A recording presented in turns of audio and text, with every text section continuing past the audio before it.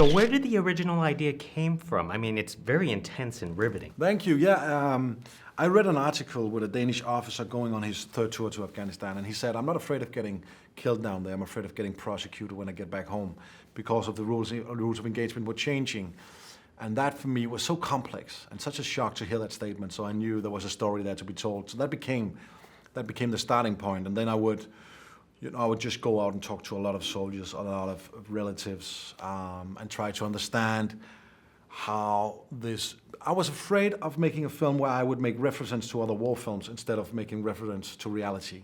So I went out to the real world and spent a lot of hours talking to these people and trying to understand the logic of their worlds, their fears, their nightmares, their joys, and see if I could understand it and get it down on paper. Now, speaking of other war movies, there's a ton of war movies out there, and each director has their own style for authenticity.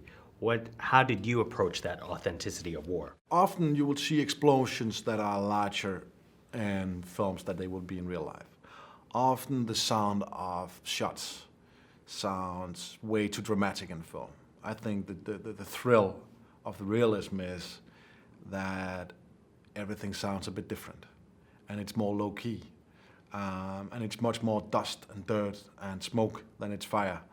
And I love that. I love to find the visuals and the realism to see how it works. The American documentary Restrepo meant a lot because for me that was the first time where I actually could go and see exactly what it would look like. Your ending could have gone in any direction, without any spoiling, of course. What kind of mood or setting that you wanted to do with that ending? I wanted the audience not to know where this is going. I think that the reality of real life is that we never know how it's going to go. And often, if we become slaves to a plot, we will be able to, guess what's going to happen. In this case, I wanted a situation where nobody knew what was going to happen. And I never gave the actors the last 5 pages. So nobody but me and the judge knew what was going to happen, which means that everybody was surprised in the courtroom when we actually end as we end. And that gave a crispness. I wanted the audience, I wanted the situation to be able to go in both directions at the end.